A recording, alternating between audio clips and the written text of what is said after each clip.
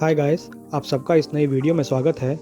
आज इस वीडियो में हम देखेंगे कि ऑस्ट्रेलिया में गाड़ी को रोड पे निकालने के बाद सेफली कैसे चलाना है और यहाँ स्पीड लिमिट्स और स्पीड लिमिट के साइंस का क्या सिस्टम है।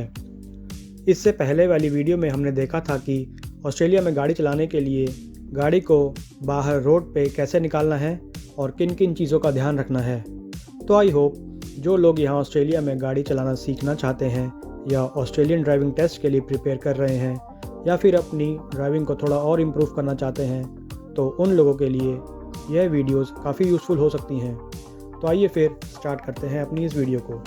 तो सबसे पहले स्पीड लिमिट के रूल्स की बात करें तो जिन रोड्स पे स्पीड लिमिट का साइन है तो उन रोड्स पे हमें सिंपली उस स्पीड लिमिट से ऊपर गाड़ी नहीं चलानी है, और जिन रोड्स पे स्पीड लिमिट का साइन नहीं है तो उन रोड्स पे हमें डिफ़ॉल्ट स्पीड लिमिट से ऊपर गाड़ी नहीं चलानी है। अब डिफ़ॉल्ट स्पीड लिमिट की बात करें तो वो एरिया जिसमें बिल्डिंग्स या घर वगैरह और स्ट्रीट लाइट वगैरह रोड के विदिन 100 मीटर्स में है, तो उन रोड्स पे default speed limit 50 kilometre per hour की होती है, और बाकी सभी रोड्स पे default speed limit 100 kilometre per hour की होती है यहाँ NSW ऑस्ट्रेलिया में। पर इसमें ध्यान रखने की बात यह है कि आपको अपने ड्राइविंग लाइसेंस के हिसाब से मैक्सिमम अलाउड स्पीड लिमिट से ऊपर गाड़ी नहीं चलानी, फिर चाहे रोड पे मैक्सिमम स्पीड लिमिट ज़्यादा ही क्यों ना हो।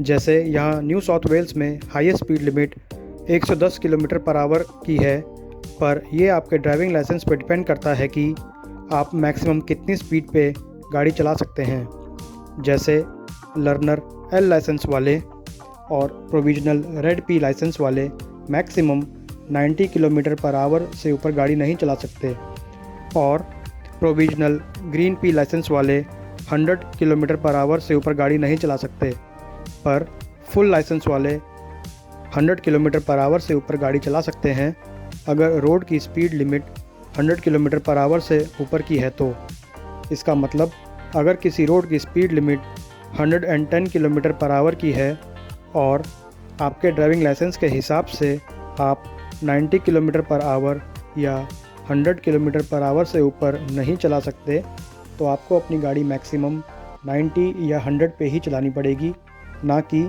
110 किलोमीटर पर आवर पे। यहाँ के डिफरेंट टाइप्स के driving licence L, red P, green P और फुल लाइसेंस के बारे में मैंने अपनी पिछली वीडियो गाड़ी को घर से बाहर कैसे निकाले में थोड़ा बताया था, तो अगर आप इनके बारे में जानना चाहते हैं तो आप वो वीडियो देख सकते हैं। अब इसके बाद स्पीड लिमिट के ऊपर गाड़ी चलाने की पेनल्टीज़ की बात करें तो स्पीडिंग करने से आपको हैवी फाइन्स मिल सकते हैं, डीमेरिट पॉइंट्स मिल सकते हैं, लाइसेंस सस्पेंड या कैंसिल हो सकता है, या आपकी गाड़ी या उसके नंबर प्लेट जब्त हो सकती हैं।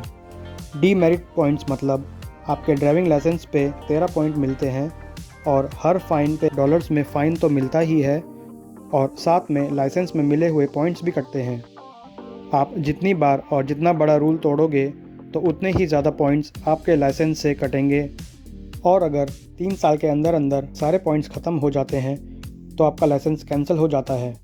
तो ऐसा नहीं है कि अगर आप अमीर हैं तो सिर्फ पैसे भर के रूल्स तोड़ सकते हैं, बल्कि एक लिमिट के बाद लाइसेंस कैंसिल कर दिया जाएगा, जिसके बाद फिर से लाइसेंस बनवाना पड़ेगा, जो कि वैसे ही नहीं बनता यहाँ अगर आप रूल्स वगैरह फॉलो नहीं करते हैं। तो इसके अलावा अगर पिछले कुछ सालों के अंदर आपको ड्राइविंग रिलेटेड कोई फ़ाइन होता है या लाइसेंस सस्पेंड या कैंसिल हुआ होता है, तो आपको अपनी गाड़ी की थर्ड पार्टी इंश्योरेंस और रजिस्ट्रेशन, जो कि यहाँ हर 3 महीने या 6 महीने या 1 साल में करवानी ही होती है, उसमें भी पेनल्टी पड़ती है, और फिर वो कंपैरेटिवली बहुत महंगी पड़ती है। लर्नर और provisional red P driving licence वालों की बात करें तो किसी भी ओवर स्पीडिंग के केस में उनका तो सीधा लाइसेंस ही सस्पेंड होता है। अब इतना सब जानने के बाद स्पीड लिमिट साइंस की बात करें तो देखते हैं कि ये साइंस यहाँ किस टाइप के होते हैं। पहले साइन की बात करें तो ये सिंपल सा होता है और इसमें एक बड़े से रेड सर्कल में स्पीड लिमिट लिखी होती है और इसके अलावा और कुछ नहीं लिखा होता है। तो जहाँ पे ये वाला साइन होता है वहाँ पे इसमें लिखी हुई स्पीड से ऊपर गाड़ी नहीं चलानी होती है। अब दूसरा साइन इलेक्ट्रॉनिक टाइप का साइन है, जिसको वेरिएबल स्पीड लिमिट साइन भी कहते हैं। ये ज़्यादातर टनल्स, मोटरवेज या ब्रिजेस पे होते हैं, जहां ट्रैफिक कंडीशंस के हिसाब से स्पीड लिमिट चेंज की जाती है। तो इसमें हमें जिस टाइम पे जो स्पीड लिमिट शो होती है उस समय उस स्पीड से ऊपर गाड़ी नहीं चलानी होती है।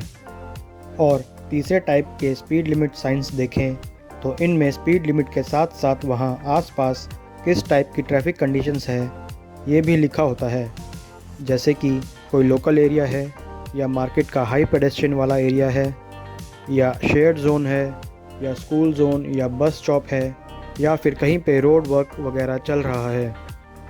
तो जहाँ पे ये वाले साइन होते हैं वहाँ पे इन कंडीशंस का ध्यान रखना होता है और स्पीड लिमिट के अंदर गाड़ी चलानी होती है। इसके अलावा यहाँ पे स्कूल बसेस के पीछे 40 का स्पीड लिमिट साइन बना होता है और उसके दोनों साइड्स में फ्लैशिंग लाइट्स लगी होती हैं।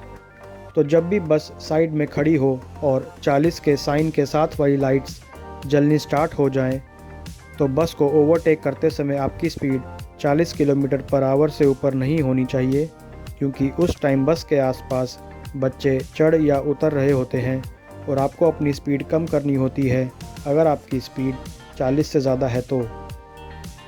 एक बात और, इन बताए गए सभी स्पीड लिमिट साइंस में स्पेशली स्कूल जोन वाले साइंस का थोड़ा ध्यान रखना होता है, क्योंकि इनमें टाइमिंग्स भी लिखी होती हैं। जैसे कि 40 किलोमीटर पर आवर की स्पीड सुबह 8 से 9:30 बजे और दोपहर में 2:30 से 4 बजे के बीच सिर्फ स्कूल डेज़ के समय ही होती है। तो इन साइन बोर्ड्स में ऑटोमेटिकली लाल फ्लैशिंग लाइट जलती है इन टाइमिंग्स के बीच में जब स्कूल डेज़ चल रहे होते हैं, और जब ये लाइट्स जल रही होती हैं तो सिर्फ तब ही हमें इस जोन में 40 किलोमीटर पर आवर की स्पीड में गाड़ी चलानी होती है। और उसके बाद स्कूल जोन एंड का साइन आने पे हमें नॉर्मल स्पीड लिमिट रिज्यूम करनी होती है।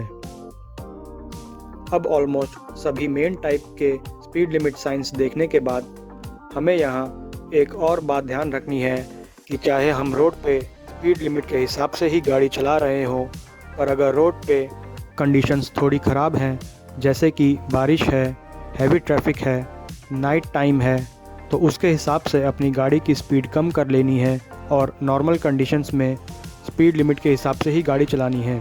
इन केस आप सिंगल लेन रोड पे हैं और कोई जेन्युइन प्रॉब्लम है, जैसे कि आपकी गाड़ी काफ़ी पुरानी है या आप कुछ हैवी ट्रेलर वगैरह अपने पीछे टो कर रहे हैं, तो गाड़ी थोड़ी स्लो चला सकते हैं। अदरवाइज़ प्रॉपर स्पीड लिमिट पे ही गाड़ी चलानी है और पीछे आने वालों को अननेसेसरी स्लो डाउन नहीं करना है। और स्पेशली मल्टी लेन रोड में राइट लेन में अननेसेसरी गाड़ी स्लो नहीं चलानी है और पीछे आने वालों को स्लो डाउन नहीं करना है, नहीं तो आपको उनके हॉर्न भी पड़ सकते हैं, जो कि यहाँ मोस्टली गाली पड़ने के ही बराबर होता है। अदरवाइज़ यहाँ फालतू में हॉर्न बिल्कुल भी नहीं बजाते हैं। अगर किसी वजह से मल्टी लेन रोड पे आपको गाड़ी थोड़ी स्लो चलानी है तो आप लेफ़्ट लेन में चलाओ, ताकि बाकी लोग राइट लेन से आपको ओवरटेक करके निकल सकें। अब जब स्पीड और स्पीड लिमिट्स की बात हो ही रही है तो लास्ट में स्पीड कैमरास की बात भी यहाँ कर लेते हैं। तो स्पीड कैमरास की बात करें तो न्यू साउथ वेल्स में 4 टाइप के स्पीड कैमरास होते हैं। पहला मोबाइल स्पीड कैमरा, जो कि स्पीड कैमरा वाली गाड़ी में लगा होता है, जो कि किसी भी समय कहीं भी खड़ी हुई हो सकती है और ओवर स्पीडिंग को कैप्चर कर सकती है। दूसरा रेड लाइट स्पीड कैमरा, जो कि रेड लाइट के पास लगा होता है और वो रेड लाइट जंप और ओवर स्पीडिंग दोनों को कैप्चर करता है। तीसरा है फिक्स स्पीड कैमरा, जो कि सिंपली ओवर स्पीडिंग को कैप्चर करता है। और लास्ट है एवरेज स्पीड कैमरा, जिसमें 2 कैमरा होते हैं। इसमें एक कैमरा एक जगह लगा होता है और दूसरा कैमरा कुछ किलोमीटर्स के बाद लगा होता है। तो ये दोनों कैमरे इन दोनों जगह के आपके क्रॉस करने के टाइम के हिसाब से आपकी एवरेज स्पीड मेजर करते हैं और ओवर स्पीडिंग कैप्चर करते हैं। तो मोटा मोटा कहने का मतलब ये है कि गाड़ी को स्पीड लिमिट में चलाएं, ताकि ये सबके लिए सेफ़ हो और आपका फ़ाइन होने से भी बच जाए।